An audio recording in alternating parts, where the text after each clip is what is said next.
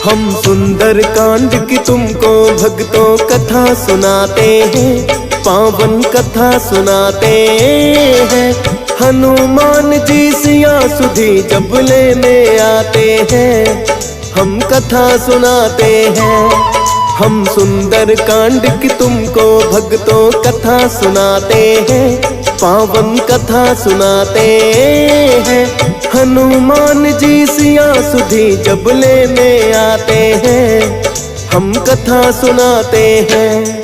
जो इसको सुने सुनाए सब भ्रम दूर हो जाए, जो इसको सुने सुनाए सब भ्रम दूर हो जाए। प्रिय भक्तजनों, आज हम आपको रामायण के एक महत्वपूर्ण खंड सुंदर कांड की कथा सुनाएंगे। प्रिय भक्तों, रामायण से आप भली भांति परिचित हैं। इसी रामायण का महत्वपूर्ण अध्याय है सुंदरकांड। कहते हैं सुंदरकांड का पाठ करने से अथवा इसे सुनने से हनुमान जी की विशेष कृपा प्राप्त होती है तथा प्रभु श्री राम के प्रति भक्ति और प्रेम बढ़ता है। सुंदरकांड का पाठ करने से या पढ़ने से आध्यात्मिक विकास भी होता है। कहते हैं 21 दिनों तक निरंतर यदि सुंदरकांड का पाठ किया अथवा सुना जाए तो सभी प्रकार के संकटों से मुक्ति मिलती है एवं मन को शांति प्राप्त होती है, जो हमें धैर्य, साहस, दृढ़ संकल्प की प्रेरणा देता है। तो आइए भक्तों सुनते हैं सुंदरकांड की ये परम कल्याणकारी पावन कथा।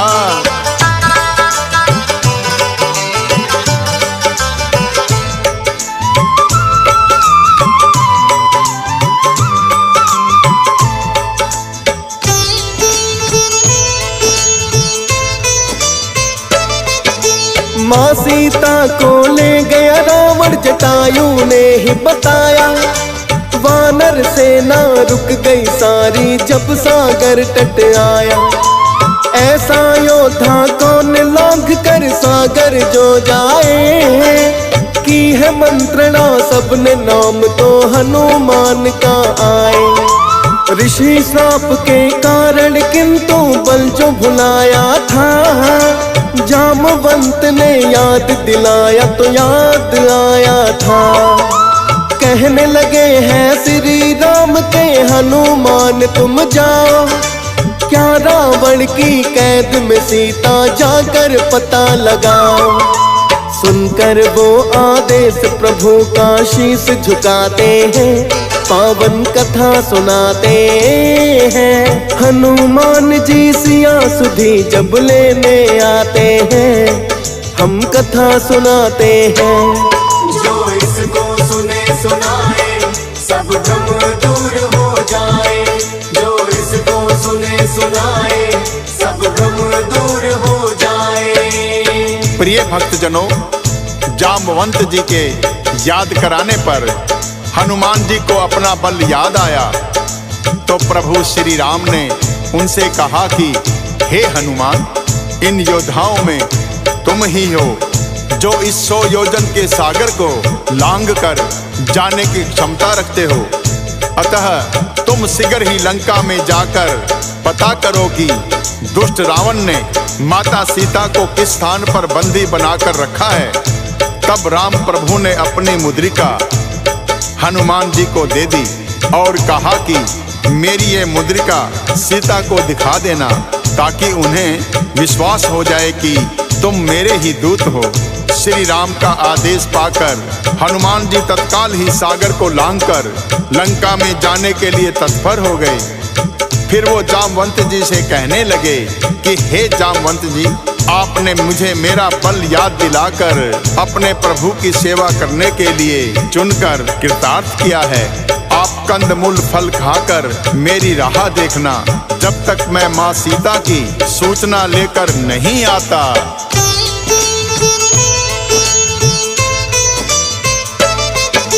चलने लगे हनुमान जी फिर तो जप करके रघुवीर। मैं नाक नामक पर्वत था उस सागर के तीर। कूद के फिर हनुमान जी पर्वत पर चढ़ गए हैं और लंका जाने के लिए बड़े वेग से उछले हैं। जिस पर्वत पर हनुमान ने अपना पाँव रखा है, उसके भार से पर्वत भी पाताल में धंस गया है। हनुमान जी ने पर्वत से ऐसी भरी उड़ान, जैसे कोई श्री राम ने छोड़ दिया हो भक्तों बाण। हनुमान जी के वेग को देखते सब रह जाते हैं, पावन कथा सुनाते हैं। हनुमान जी सिया सुधी जब लेने आते हैं, हम कथा सुनाते हैं। जो इसको सुने सुनाए सब भ्रम दूर हो जाए। जो इसको सुने सुनाए सब भ्रम दूर हो जाए। प्रिय भक्तजनों, जैसे ही हनुमान जी पर्वत पर चढ़े तो समुंदर ने रघुनाथ जी का दूत समझकर मेनाक पर्वत से कहा कि हे मेनाक, तुम हनुमान जी की थकान दूर करने वाले हो, इन्हें कुछ क्षण अपने ऊपर विश्राम करने दो।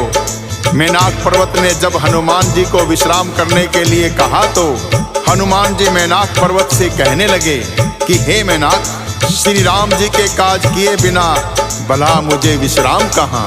और इतना कहकर वो बड़े ही वेग से छलांग लगाई। इसके दबाव से मेनाक पर्वत भी पाताल में धंस गया। सभी देवता हनुमान के इस वेग को देखकर बड़े ही हैरान हो रहे थे, किंतु उन्होंने हनुमान जी के बल बुद्धि की परीक्षा लेने हेतु सर्पों की माता सुरसा को भेज दिया, जो बड़ा ही विकराल रूप धारण करके हनुमान के सामने आकर कहने लगी।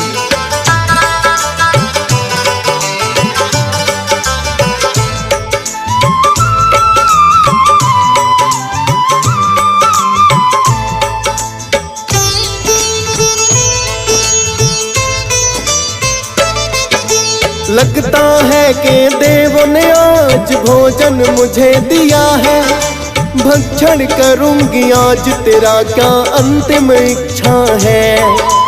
इतना सुनकर सुरसा से ये बोले पवन कुमार, सिया सुधी लेने को माता जा रहा सागर पार। माँ सीता से मिलके हाल में रघुबर को बतलाओ, सत्य वचन है ग्रास स्वयं ही आपका मैं बन जाऊं। पर सुरसा को उनकी बात पे यकीन नहीं आया, भक्षण करने की इच्छा से अपना मुख फैलाया। उनके मुख से दुगना हनुमत बढ़ ही जाते हैं, पावन कथा सुनाते हैं। हनुमान जी सिया सुधी जब लेने आते हैं, हम कथा सुनाते हैं। जो इसको सुने सुनाए सब भ्रम दूर हो जाए। जो इसको सुने सुनाए सब भ्रम दूर हो जाए। प्रिय भक्तजनों, जो ही हनुमान जी का भक्षण करने के लिए सुरसा ने अपना मुख खोला तो हनुमान जी ने भी विशाल रूप धारण कर लिया और उसके मुख से दुगना हो गए। इतना देखकर सुरसा ने अपना मुख 16 योजन खोल दिया, किंतु वो हनुमान जी की शक्ति से कहाँ परिचित थी। हनुमान जी ने अपनी काया को 32 योजन बना लिया। सुरसा ज्यों-ज्यों अपने मुख का विस्तार करती, हनुमान जी उनसे दुगना हो जाते। जब सुरसा ने अपने मुख का विस्तार करते हुए 100 योजन बढ़ा लिया तो हनुमान जी ने बहुत ही छोटा सा रूप धारण कर लिया और उनके मुख में प्रवेश करके तत्काल बाहर निकल गए और कहने लगे, हे माता, आपकी प्रतिज्ञा पूर्ण हुई, अब मुझे जाने की आज्ञा प्रदान करें। तब सुरसा प्रसन्नचित्त होकर कहने लगी, हे कपि श्रेष्ठ, मैंने तुम्हारे बुद्धि बल की परीक्षा कर ली है। इसके लिए मुझे देवताओं ने भेजा था। तुम श्री रामचंद्र जी का कार्य अवश्य ही पूर्ण करोगे, क्योंकि तुम बल बुद्धि के भंडार हो। और यह आशीर्वाद देकर सुरसा तत्काल ही प्रस्थान कर गई।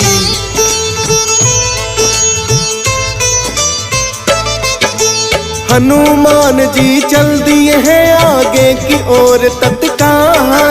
सागर में एक राक्षसी रहती जिसका रूप विकराल। आकाश मार्ग में उड़ते हुए पक्षियों को जो खाती थी, परछाई को पकड़ के भोजन उन्हें बनाती थी। हनुमान जी को उसने आकाश मार्ग में देखा, भोजन इसे बना लूं अपना, राक्षसी ने ये सोचा। हनुमान जी को भी पकड़ना जब उसने चाहा, रामदूत के आगे उसकी नहीं चली है माया। मार के घूंसा राक्षसी को परलोक पठाते हैं, पावन कथा सुनाते हैं। हनुमान जी सिया सुधी जब लेने आते हैं, हम कथा सुनाते हैं। जो इसको सुने सुनाए सब भ्रम दूर हो जाए। जो इसको सुने सुनाए सब भ्रम दूर हो जाए। प्रिय भक्तजनों, पवन पुत्र धीर बुद्धि वीर श्री हनुमान जी उस राक्षसी को परलोक भेजकर सागर के पार लंका में प्रवेश कर गए। वहां जाकर उन्होंने वन की शोभा देखी। अनेकों प्रकार के सुगंधित फूलों से सुशोभित उस वन में पक्षी चहचहा रहे थे और भंवरे पुष्पों पर मंडरा रहे थे। पास ही एक विशाल पर्वत था। हनुमान जी बह त्याग कर उस पर्वत पर चढ़ गए और लंका नगरी को निहारने लगे। उन्होंने देखा कि सोने की बड़ी ऊंची चार दीवारी, लंका में सभी घर सोने से बने हुए थे।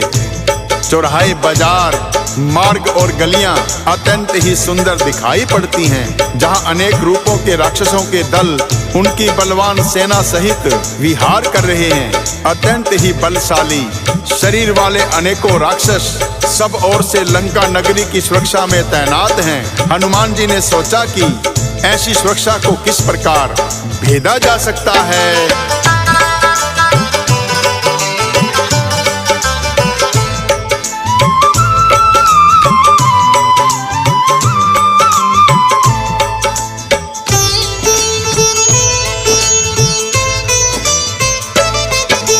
सोच रहे हैं हनुमान मैं ऐसा उपाय करूं, लंका में प्रवेश करने को सूक्ष्म रूप धरूं।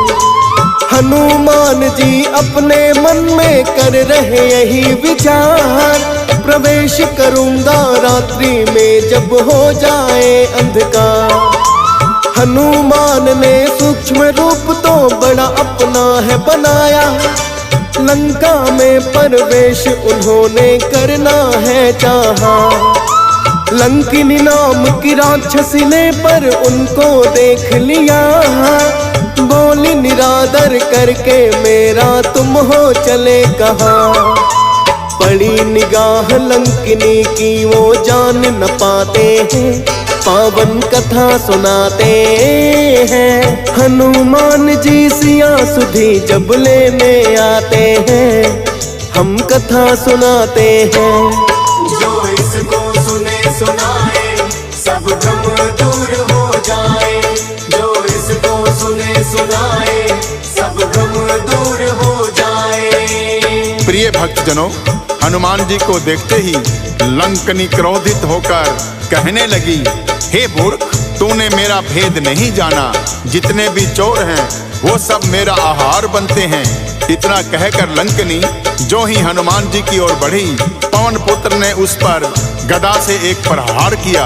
हनुमान जी का वार सहने की शक्ति भला उस राक्षसी में कहाँ थी। हनुमान जी के एक ही वार से वो तत्काल ही धरा पर गिर गई, किंतु फिर वो संभल कर उठी और डर के मारे हाथ जोड़कर विनती करने लगी कि हे रामदूत, जब ब्रह्मा जी ने रावण को वरदान दिया था तो उन्होंने जाते समय मुझे राक्षसों के विनाश की पहचान बता दी थी कि जब तू एक वानर के प्रहार से व्याकुल हो जाए तब राक्षसों का संहार निकट जान लेना। हे तात, मेरे कोई पुण्य कर्म हैं जो मुझे श्री राम के दूत के दर्शन करने का अवसर प्राप्त हुआ है। तुम अपने प्रभु का नाम लेकर अपना कार्य पूर्ण करो। मेरा आशीर्वाद तुम्हारे साथ है। लंकनी के ये वचन सुनकर हनुमान जी बड़े ही हर्षित हुए और वहां से प्रस्थान कर गए।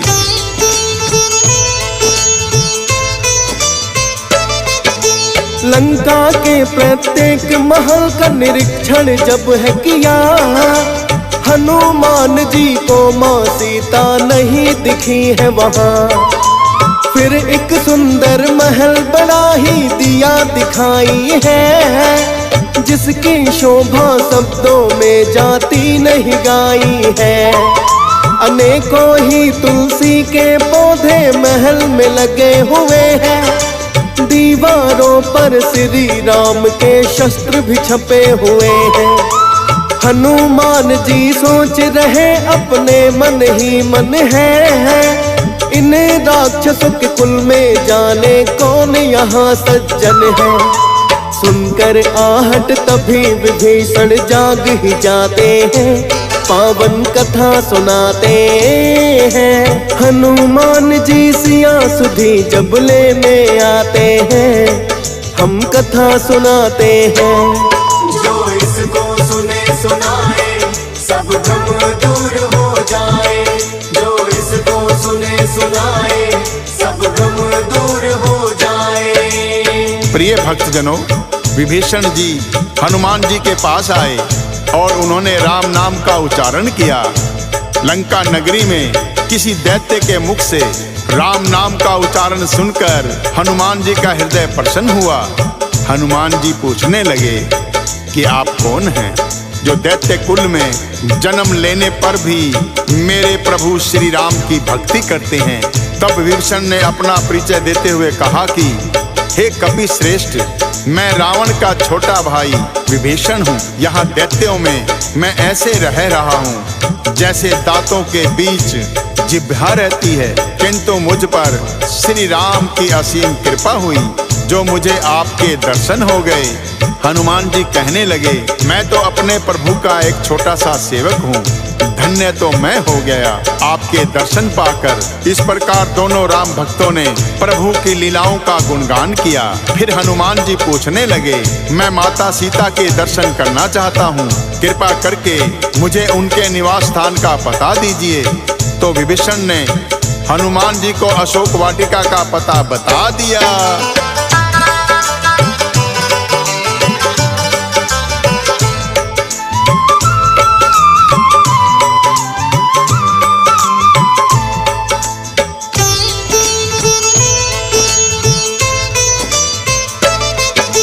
माँ सीता का पता विभीषण ने जो दिया बताए, अशोक वाटिका में चल फिर तो हनुमान जी आए।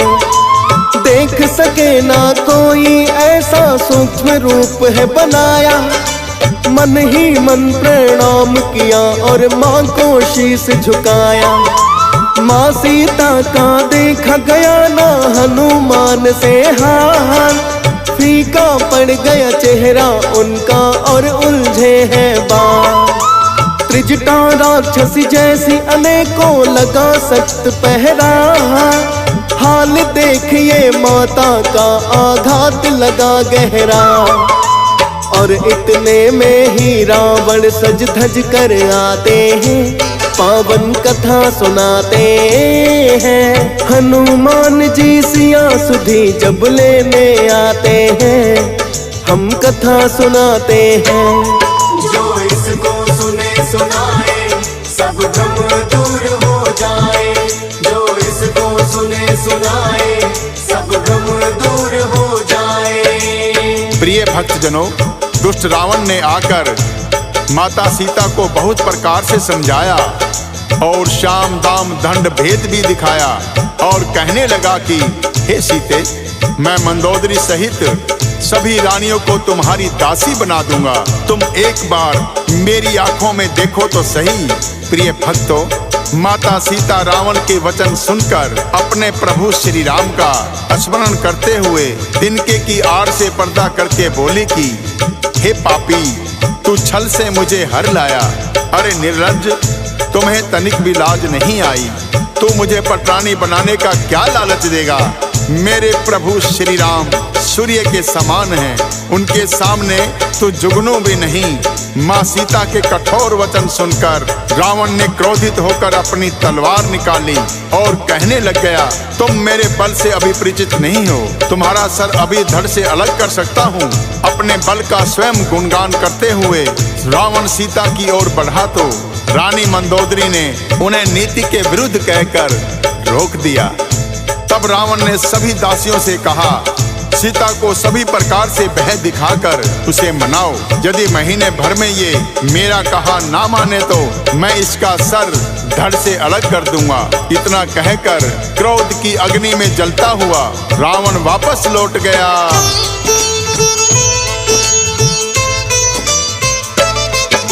सभी प्रकार से भय राक्षसी सीता को है दिखाती, किंतु त्रिजटा राक्षसी उनको फिर है ये समझाती। साधारण नहीं नारी सीता, यूं ना इसे डराओ। करके सेवा इनकी तुम पापों से मुक्ति पाओ। क्योंकि रात को एक सपना मुझे दिया दिखाई है। सपने में एक वानर ने लंका ही जलाई है। रावण की भी देख कटी हुई मैंने सभी भुजाएं। लेने के लिए सीता जी को राम है लंका आए। कभी कभी सपने भी सच देखो हो जाते हैं। पावन कथा सुनाते हैं। हनुमान जी सिया सुधी जब लेने आते हैं, हम कथा सुनाते हैं। जो इसको सुने सुनाए सब भ्रम दूर हो जाए। जो इसको सुने सुनाए सब भ्रम दूर हो जाए। प्रिय भक्तजनों, क्योंकि त्रिजटा राक्षसी का प्रभु श्री राम के चरणों में स्नेह था, उन्होंने जब सपने की बात बताई तो सभी राक्षसी भय के कारण माता सीता के चरणों में गिर पड़ी। तो माता सीता त्रिजटा राक्षसी से कहने लगी, हे माता, तुम मेरी विपत्ति की संगनी हो। शीघ्र ही कोई ऐसा उपाय करो जिससे मैं ये शरीर त्याग दूं। अब प्रभु से विरह वेदना को सहना मेरे लिए बड़ा ही कठिन हो गया है। माता सीता के वचन सुनकर त्रिजटा ने चरण पकड़कर उन्हें समझाते हुए कहा, हे पुत्री, श्री राम के बल और प्रताप को समझने की चेष्टा करो। मेरा सपना मिथ्या नहीं है। प्रभु राम अति शीघ्र ही तुम्हें ले जाएंगे और रावण सहित सभी दुष्ट मृत्यु को प्राप्त होंगे। त्रिजटा और माता सीता का ये वार्तालाप हनुमान जी सूक्ष्म रूप में वृक्ष पर बैठे सुन रहे थे। तभी उन्होंने सोचा कि अब प्रभु की निशानी माता सीता को दे दी जाए।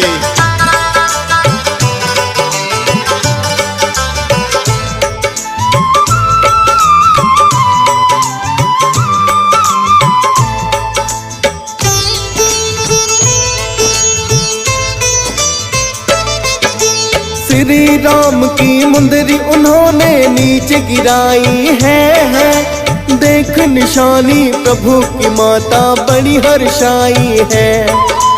और बोली कि राम दूत है, कौन बाग में आया, या फिर पापी रावण दिखा रहा है अपनी माया। मायावी जो तुम हो कोई तो फिर नहीं है बच पाओ। यदि राम के दूत हो तो फिर मेरे सामने आओ। कूदे वृक्ष से तभी सामने आ गए हैं हनुमान। आकर माता सीता के चरणों में किया प्रणाम। मुद्रिका प्रभु की मैं ही लाया, उन्हें बताते हैं, पावन कथा सुनाते हैं। हनुमान जी सिया सुधी जब लेने आते हैं, हम कथा सुनाते हैं। जो इसको सुने सुनाए सब भ्रम दूर सुनाए सब भ्रम दूर हो जाए। प्रिय भक्त जनों, हनुमान जी ने माता सीता को प्रणाम करके कहा कि हे माता, अपने प्रभु श्री राम की निशानी मैं ही लेकर आया हूँ। हनुमान जी का यह वचन सुनकर माँ सीता के प्रेम आंसुओं की धारा बह निकली और कहने लगी, हे तात, विरह के सागर में डूबती हुई मुझ दासी के लिए तुम जहाज के समान हो। अब तुम छोटे भाई लक्ष्मण और श्री राम की कुशलता का समाचार सुनाओ। क्या रघुनाथ जी को कभी मेरी याद आती है या प्रभु ने मुझे बिल्कुल भुला दिया? ये कहते हुए फिर से माता सीता के नेत्र आंसुओं से भर गए। तब हनुमान कहने लगे, हे माते, आप धीरज रखिए। प्रभु श्री राम और लक्ष्मण जी अत्यंत ही कुशल हैं, परंतु आपके बिना बहुत ही दुखी हैं। आप मन में गलानी मत करिए और रघुनाथ जी का संदेश सुनिए। प्रभु श्री राम ने कहा है कि हे सीते, तुम्हारे वियोग में मेरे लिए सभी पदार्थ प्रतिकूल हो गए हैं। वृक्षों के नए नए कोमल पत्ते मानो अग्नि के समान, रात्रि काल रात्रि के समान, चंद्रमा सूर्य के समान और कमल पुष्पों के वन भालों के समान प्रतीत होने लगे हैं। मेघ मानो खोलता हुआ तेल बरसाते हैं। हे प्रिय, मेरा मन सदा तुम्हारे पास ही रहता है। प्रभु का यह संदेश सुनकर जानकी जी प्रेम मगन हो गई। हनुमान जी कहने लगे, हे माता, धीरज धारण करो और प्रभु श्री राम का स्मरण करो। राक्षसों का समूह पतन के समान है और श्री रघुनाथ जी के बाण अग्नि के समान, जो सभी राक्षसों को भस्म करने की क्षमता रखते हैं। प्रभु श्री राम को यदि पता चल गया होता तो वो विलंब ना करते। हे माता, चाहो तो मैं अभी आपको यहाँ से ले जा सकता हूँ, किंतु मुझे प्रभु श्री राम ने आज्ञा दी है कि मैं केवल आपकी कुशलता का समाचार लेकर आऊं। आप धीरज रखिए। प्रभु श्री राम अपनी वानर सेना सहित शीघ्र ही लंका आएंगे और सभी राक्षसों को मारकर आपको यहाँ से सम्मान पूर्वक ले जाएंगे। तब माता सीता कहने लगी, हे हनुमान, मेरे मन में संदेह है कि तुम जैसे वानर राक्षसों से कैसे जीतेंगे। यह सुनकर हनुमान जी ने अपनी काया को पर्वत के समान विशाल कर लिया। माता सीता को यकीन हो गया कि अब रावण का अंत निकट है। हनुमान जी कहने लगे, हे माता, जिस पर प्रभु श्री राम की कृपा हो उसके लिए कुछ भी अजय नहीं। हनुमान जी की वाणी सुनकर माँ सीता को संतोष हुआ और उन्होंने हनुमान जी को आशीर्वाद दिया कि हे पुत्र, तुम बल और शील के निधान हो। जाओ हे पुत्र, तुम अजर अमर, तुम सभी गुणों की खान बनो, ऐसा मेरा आशीर्वाद है। तो आइए भक्तों, सुनाते हैं आगे की कथा।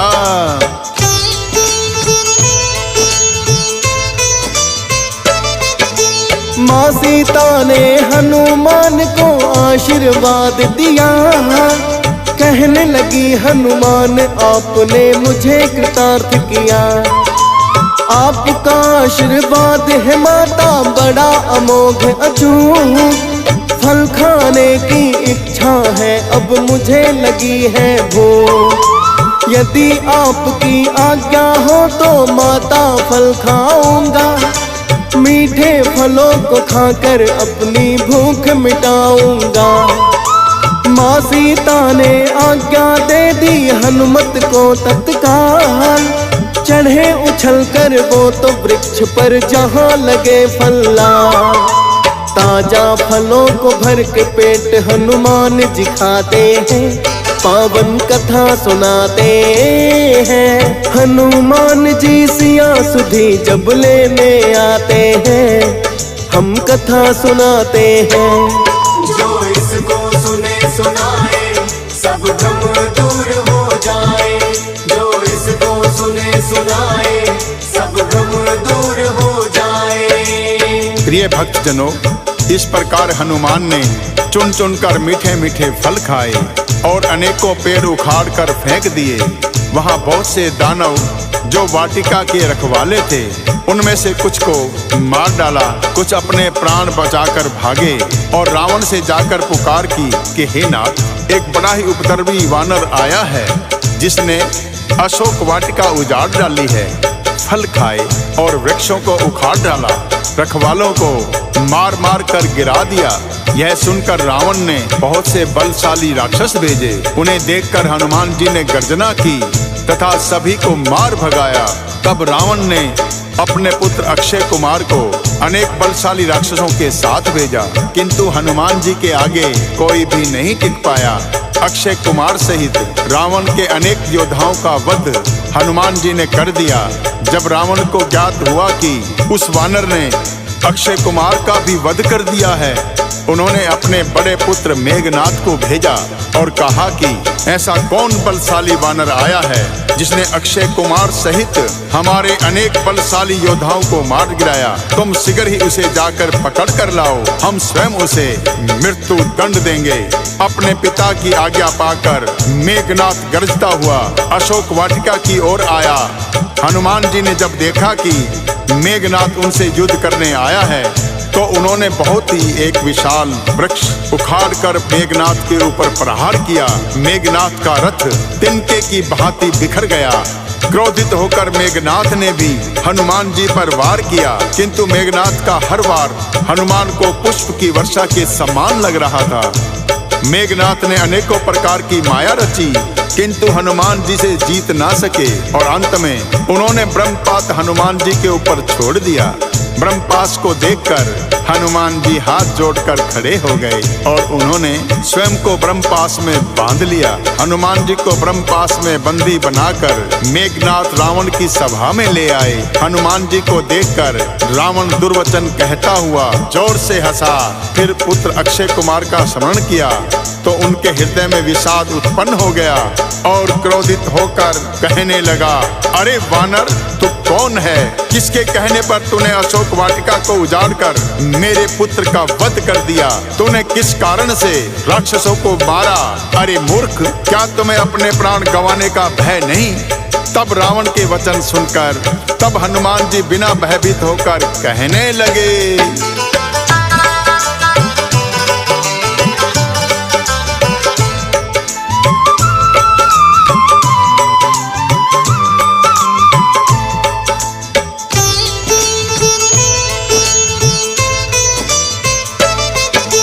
जिनका बल पाकर ब्रह्मा ने सृष्टि को है रचाया, उनका ही बल पाकर मैं तेरी लंका में आया।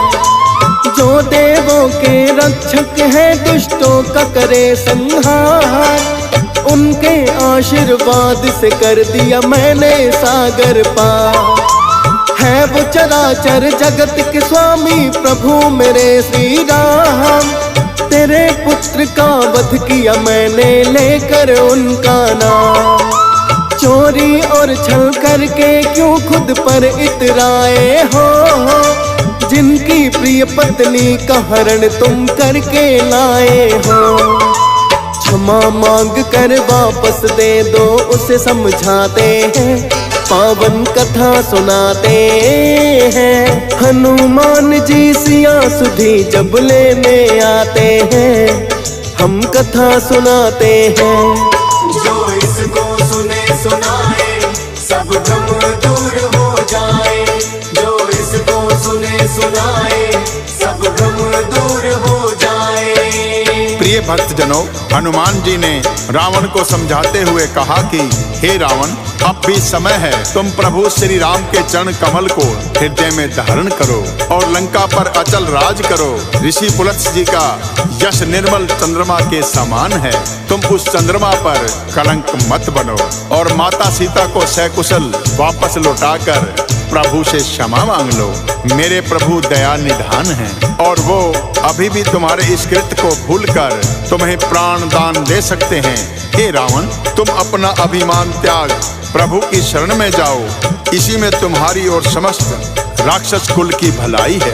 हनुमान जी की ये सभी बातें अभिमानी लंकापति रावण को समझ नहीं आई और व्यंग करके बोला, हमें यह बंदर बड़ा ही ज्ञानी गुरु मिला। अरे दुष्ट, तेरी मृत्यु निकट है, तू वानर होकर मुझे शिक्षा देने चला है। मैं अभी तुम्हारे प्राण हर लेता हूँ। इतना कहकर क्रोधित होते हुए रावण ने जो ही तलवार खींची तो विभीषण जी ने उनसे कहा कि हे लंकापति, दूत का वध करना नीति के विरुद्ध है। तो रावण हंसकर कहने लगा, यदि ऐसी कोई बात है तो इस वानर का अंग भंग करके भेज दिया जाए।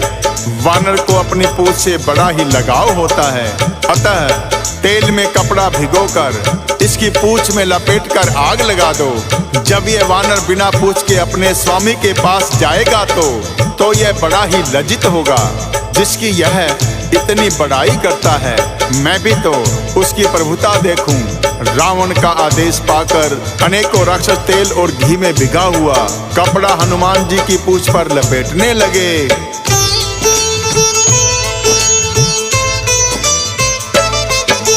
जितना कपड़ा राक्षस उनकी पूंछ में लिपटाते हैं, लेकर के वो नाम प्रभु का अपनी पूंछ बढ़ाते।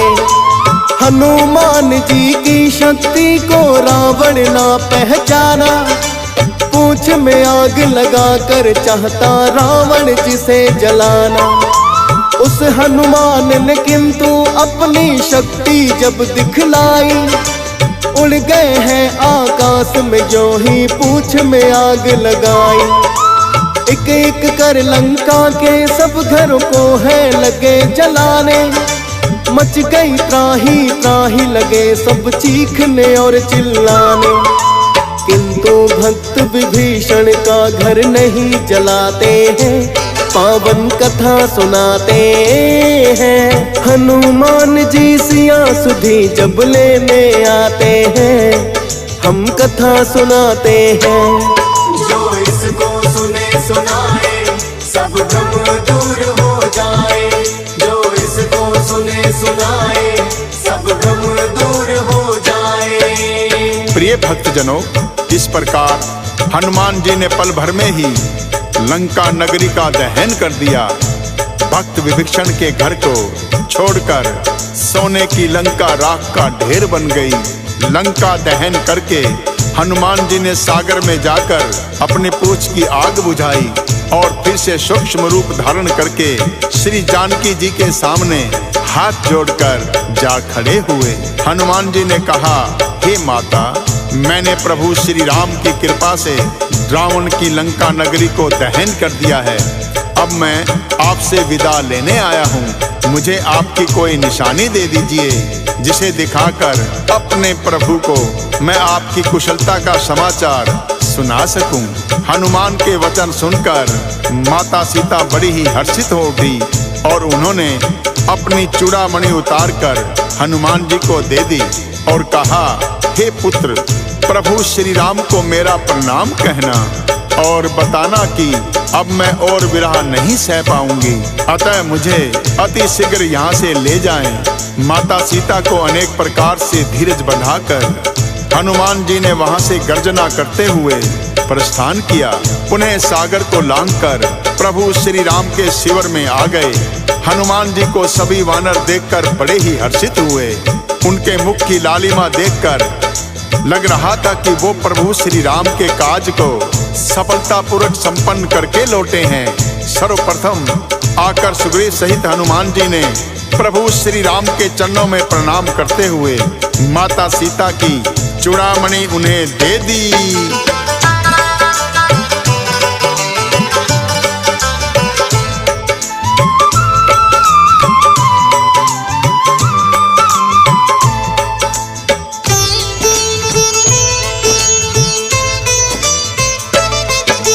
प्रभु राम ने हनुमान को गले लगा लिया है।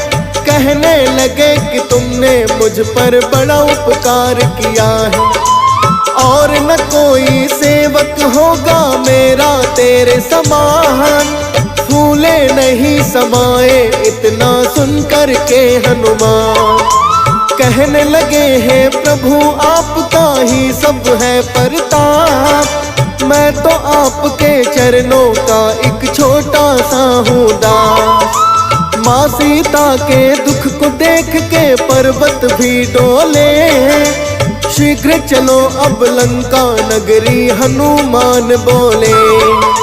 बोले प्रभु अब हम भी देर नहीं करना चाहते हैं, पावन कथा सुनाते हैं। हनुमान जी सिया सुधी जब लेने आते हैं, हम कथा सुनाते हैं। जो इसको सुने सुनाए सब भ्रम दूर हो जाए, जो इसको सुने सुनाए सब भ्रम दूर हो जाए। प्रिय भक्तजनों, प्रभु श्री राम ने सुग्रीव को बुलाया और कहा कि अब लंका चलने की तैयारी करो। वानर राज सुग्रीव ने शीघ्र ही अपनी सेना को बुलाया और आदेश दिया कि लंका कूच की तैयारी करो। तो सभी सेनापति आ गए। वानर और भालुओं के अनेक समूह जिनमें अतुलनीय बल है, प्रभु के चरणों में शीश नवाते हुए गरजने लगे। प्रभु ने अपनी कृपा दृष्टि सब पर डाली। प्रभु की कृपा दृष्टि पाकर श्रेष्ठ वानर मानो बड़े पंखों वाले पर्वत बन गए। तब श्री राम जी ने हर्षित होकर प्रस्थान किया। अनेक सुंदर और शुभ शगुन हुए। जानकी जी ने भी जान लिया कि प्रभु श्री राम अति शीघ्र लंका आ जाएंगे, क्योंकि उन्होंने मन से जान लिया था। जानकी जी को जो शगुन होते गए वही रावण के लिए अपशगुन हुए। तो रावण की पत्नी मंदोदरी ने हाथ जोड़कर अपने पति को समझाया कि हे स्वामी, जिसका एक ही दूत सारी लंका नगरी को जलाकर राख कर चला गया, आप उससे शत्रुता ना करें। सीता को लौटाकर श्री राम से क्षमा मांग लेनी चाहिए। किंतु रावण हंसता हुआ कहने लगा, स्त्रियों का स्वभाव सचमुच ही बड़ा डरपोक होता है। मंगल में भी भय करती हो। तुम्हारा हृदय बहुत ही कमजोर है। यदि वानरों की सेना आएगी तो राक्षस उन्हें खाकर उन्हें अपना आहार बना लेंगे। लोकपाल भी जिसके डर से कांपते हैं, उसकी स्त्री डरती हो, यह बड़ी लज्जा की बात है। ऐसा कहकर जोर से हंसते हुए रावण अपनी सभा में जाकर बैठ गया। जो ही रावण सभा में बैठा, खबर मिली कि शत्रु सेना समुद्र के इस पार पहुंच गई है। तभी विभीषण रावण को समझाते हुए कहने लगे,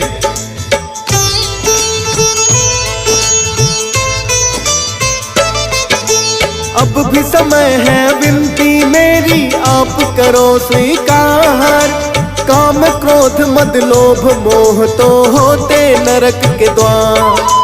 अभिमान अपना त्यागो और प्रभु शरण में जाओ। आदर पूर्वक माँ सीता को अति शीघ्र लौटाओ, वरना नष्ट होने से कोई लंका को बचा ना पाए। राक्षस कुल मिट जाएगा यदि राम जो लंका आए। साधारण नर समझने की ना उनको भूल करो। काल खड़ा है सर आपके, रावण जरा डरो। क्यों न नष्ट होने से कुल को आप बचाते हैं, पावन कथा सुनाते हैं। हनुमान जी सिया सुधी जब लेने आते हैं, हम कथा सुनाते हैं। जो इसको सुने सुनाए सब भ्रम दूर हो जाए, जो इसको सुने सुनाए सब भ्रम दूर हो जाए। प्रिय भक्तजनों, विभीषण की बात सुनकर क्रोधित होकर रावण कहने लगा कि हे दुष्ट, तेरी मति मारी गई है, जो अपने शत्रु की इतनी बड़ाई कर रहा है। अरे मूर्ख, जगत में ऐसा कौन है जिसको मैंने अपनी भुजाओं के बल से नहीं जीता हो। मेरे बल पर शंका करते हुए तुम मेरे शत्रु की प्रशंसा कर रहा है। इतना ही यदि तुझे अपने राम पर भरोसा है तो लंका को तेरी कोई आवश्यकता नहीं। जा, अपने राम के पास चला जा। ये कहकर रावण ने उसे लात मारकर भगा दिया। तब भी विभीषण ने बार बार उनके चरण पकड़कर विनती की कि आप मेरे पिता समान हैं। मैं अब भी आपकी भलाई की बात करूंगा कि आप प्रभु शरण में चले जाइए। विभीषण की बातों का रावण पर कोई असर नहीं हुआ और रावण ने उसे दुत्कार दिया। अंत में विभीषण को लंका का त्याग करना पड़ा और वो सागर पार करके प्रभु राम के शिविर में आ गए। जब वानर सेना ने देखा कि शत्रु का कोई खास दूत है, तो वो उन्हें सुग्रीव के पास लेकर आए और कहा कि ये रावण का कोई मायावी दूत है जो भेष बदलकर हमारे शिविर में घुस आया है। जब सुग्रीव ने परिचय पूछा तो विभीषण ने बताया कि मैं रावण का छोटा भाई हूँ और सारा वृतांत सुना दिया।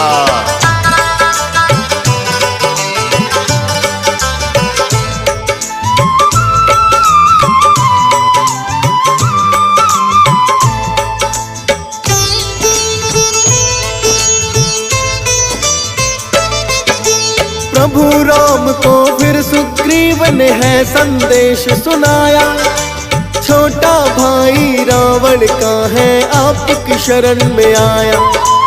आदर पूर्वक प्रभु राम ने उन्हें बुलाया है, भेद जानकर सारा अपने गले लगाया है।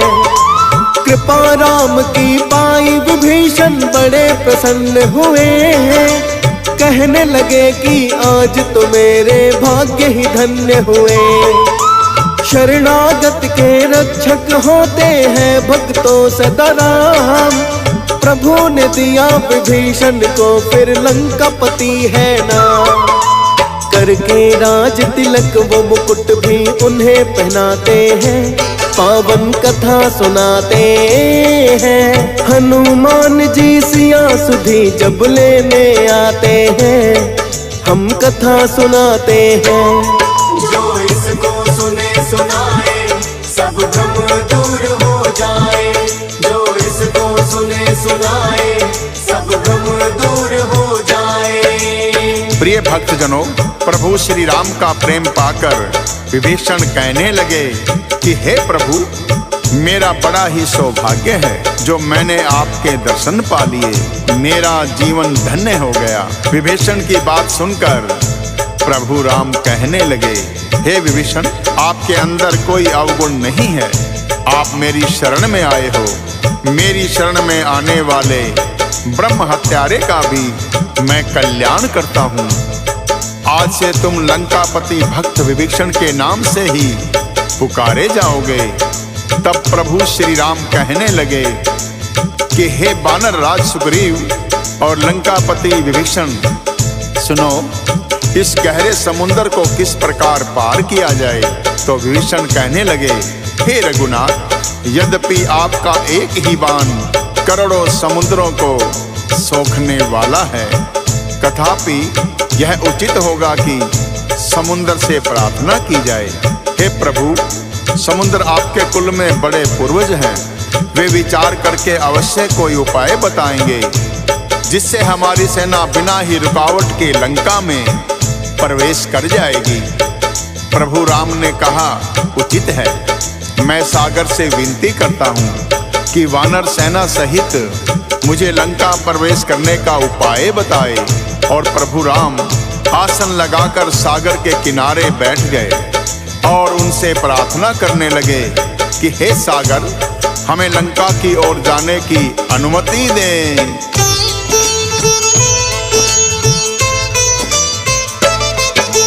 प्रभु राम सागर से विनय करने को बैठ जाए, रावण के दो गुप्तचर हैं वानर बनकर आए।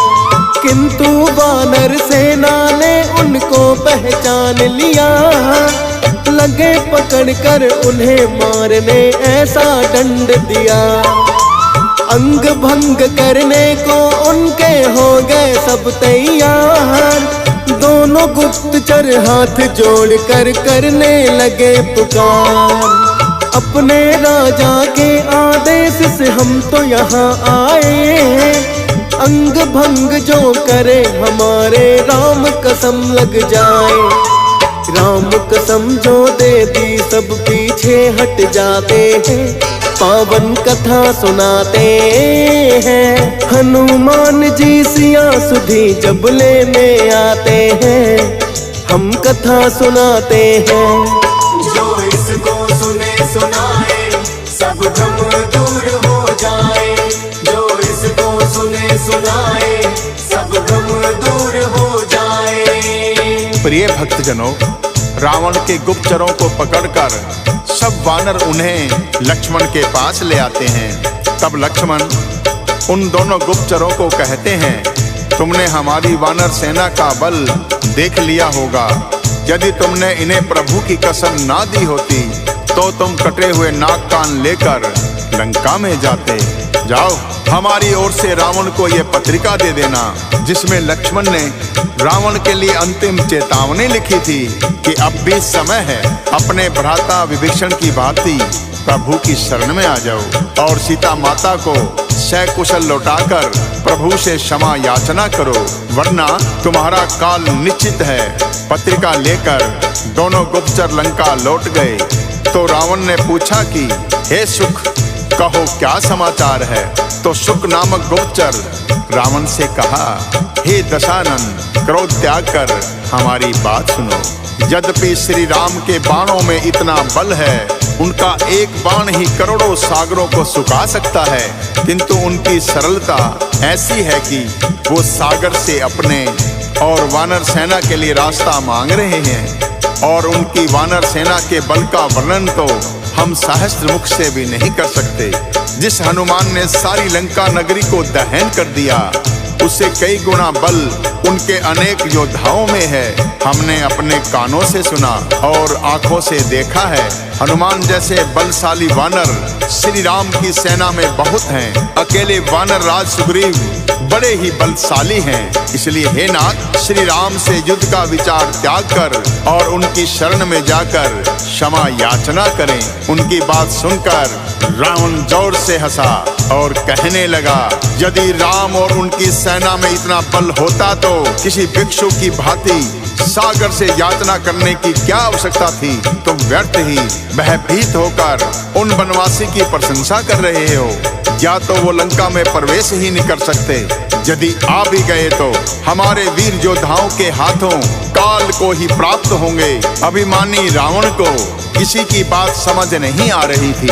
इधर श्री राम सागर से प्रार्थना करके वानर सेना के लिए लंका प्रवेश का उपाय पूछ रहे थे, किंतु 3 दिन बीत जाने पर सागर जब शांत रहा तो श्री राम की सहनशीलता भी टूट गई और उन्होंने लक्ष्मण से कहा,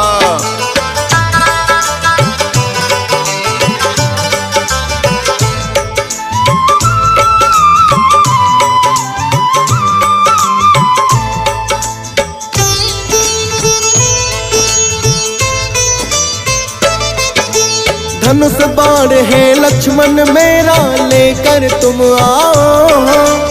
अभी सुखा दूंगा सागर को, देखते तुम जाओ। लक्ष्मण ने भी उनकी आज्ञा का पालन किया है। श्री राम को लाकर उनका धनुष बाण दिया है। जो ही अग्नि बाण राम ने चलाना है चाहा, ब्राह्मण रूप में सागर उनके सामने है आया। हाथ जोड़कर विनती उनसे करने लगा सागर, शांत स्वभाव है मेरा भगवन आपकी आज्ञा पाकर। मर्यादा में रहना मुझको आप सिखाते हैं, पावन कथा सुनाते हैं। हनुमान जी सिया सुधी जब लेने आते हैं, हम कथा सुनाते हैं। जो इसको सुने सुनाए सब भ्रम दूर हो जाए। जो इसको सुने सुनाए सब भ्रम दूर हो जाए। प्रिय भक्तजनों, जैसे ही प्रभु राम ने अपना धनुष बाण चढ़ाया, ब्रह्म रूप में सागर आकर कहने लगे, हे प्रभु मेरे सब अवगुण क्षमा कीजिए। हे नाथ, वायु, अग्नि, जल और पृथ्वी, इन सब का स्वभाव आपके प्रताप से जड़ ही है। आपकी प्रेरणा से ही माया ने सृष्टि में इन्हें उत्पन्न किया है। सब ग्रंथों ने यही गाया है, जिसके लिए स्वामी की जैसी आज्ञा है वह उसी प्रकार से रहने में सुख पाता है। प्रभु, आपने अच्छा किया कि मुझे दंड देने के लिए तत्पर हो गए। आपके प्रताप से मैं सूख भी जाऊंगा और सेना पार उतर भी जाएगी, किंतु इसमें मेरी मर्यादा भंग हो जाएगी। हे प्रभु, आप मर्यादा पुरुषोत्तम हैं। आपके प्रताप से ही मैंने मर्यादा में रहना सीखा है, किंतु आपकी आज्ञा का उल्लंघन भी मैं नहीं कर सकता। यदि आप आज्ञा देंगे तो मैं अभी सूख जाऊंगा, किंतु जो जलचर प्राणी मुझ में जीवन यापन कर रहे हैं उनकी मृत्यु हो जाएगी। अतः हे प्रभु, मुझे उचित आदेश दीजिए।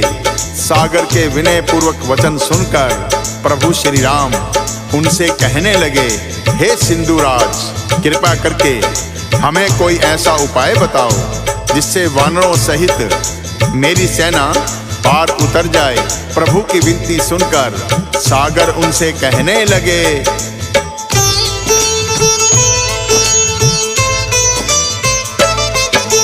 नल और नीले नाम के वानर जो है दोनों भाई, एक ऋषि के आशीर्वाद से उन्होंने शक्ति पाई। पत्थर भी पानी में छोड़े तो वो तैर जाएंगे, मेरे ऊपर से तू दोनों भाई बनाएंगे। सागर ने ये प्रभु राम को उपाय बताया है, प्रस्थान करने से पहले शीश झुकाया है।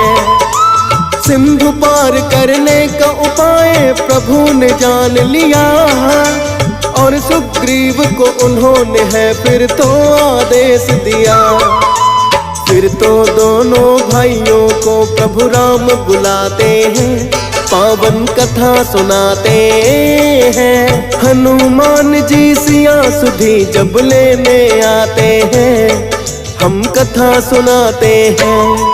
जो इसको सुने सुनाए सब भ्रम दूर हो जाए, जो इसको सुने सुनाए सब भ्रम दूर हो जाए। प्रिय भक्तजनों, इस प्रकार प्रभु श्री राम की आज्ञा से सभी वानर और भालुओं के दल ने बड़े बड़े पहाड़ों से पत्थर लाने का कार्य शुरू किया।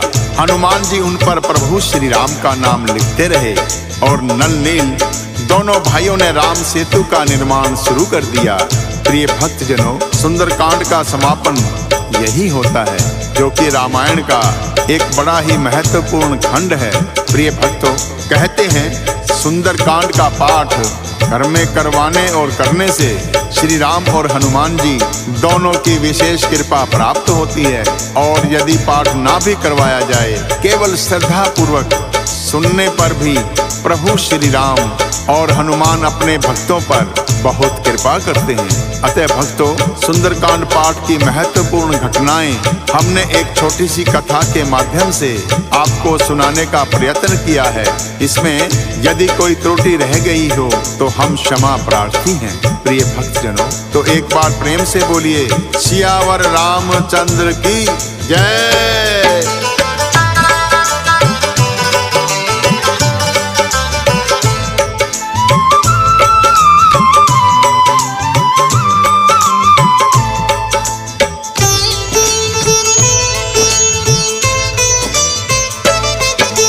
प्रभु की ही माया से रचा है ये सारा ब्रह्मांड, उनकी ही लीला का अंश है भक्तों सुंदर कांड।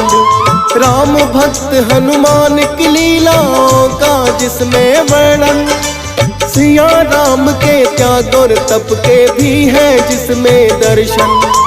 श्रद्धा भक्ति भाव से सुंदर कांड सुनेगा जो भी, प्रभु राम और हनुमान की कृपा बड़ी ही होगी।